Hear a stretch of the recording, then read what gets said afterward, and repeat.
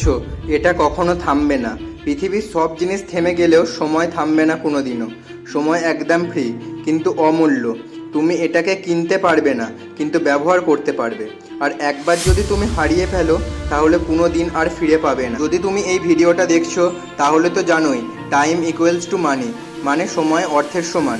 আমরা সময়কে তুলনা করে থাকি টাকার সাথে, কিন্তু যখন টাকার কথা আসে তখন আমরা খুব ভেবে চিন্তে ব্যবহার করি, খরচা করি। 50 টাকাও যদি খরচা করি খুব ভেবে, কিন্তু যখন সময়ের কথা হয় তখন আমরা কেন এত ভাবি না? শুধু কি আমাদের কাছে অনেক সময় আছে তাই? আজ আছে, কাল আছে, সপ্তাহ আছে, এই করেই কাটিয়ে দিই। আর তোমার যদি মনে হয় এখনও অনেক সময় আছে, তাহলে তুমি সবথেকে বড় ভুল ভাবনায় আছো। 2000 বছর আগে গৌতম বুদ্ধ বলেছিলেন, যেই ব্যক্তি মনে করে তার কাছে অনেক সময় আছে সেই ব্যক্তি সবথেকে বড় ভুল করছে।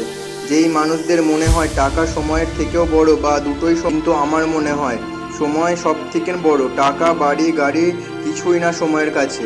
আমরা সময় দিয়ে তো টাকা কামাতে পারি, কিন্তু টাকা দিয়ে সময় কিনতে পারি না। 1 মিনিটও কেটে গেলে লাখ টাকা খরচা করলেও সেই 1 মিনিটকে ফিরে আনা সম্ভব না।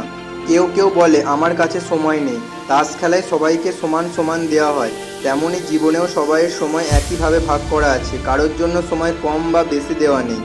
সব মানুষকে 24 ঘন্টাই দেওয়া হয়েছে, তা থেকে বেশিও না কমও না। ফুটবল প্লেয়ার রোনাল্ডো বন্ধুরা ম্যাচের পর বাথরুমে যায় ফ্রেশ হতে, কিন্তু রোনাল্ডো তারপরেও প্র্যাকটিস করে, কারণ সে জানে আজ যেইগুলো ভুল হয়েছে সেইগুলো আজ এক্ষুনি ঠিক করতে হবে, কারণ সময় আমার জন্য থামবে না। সময় সবাইকে একই দেওয়া হয়েছে, কিন্তু সেটাকে কে কেমন ব্যবহার করছে এই জিনিসটাই তোমাকে দামি বানাবে। সময় সবাইকে দেওয়া হয়েছে জীবন বদলানোর জন্য, কিন্তু জীবন কোনোদিন পারবে না সময়কে বদলাতে। ছোট ছোট পিঁপড়েরাও গরমকালে খাবার স্টোর করে রাখে, যাতে বর্ষায় খেতে পারে, না হলে না খেয়ে মরে যেতে হবে।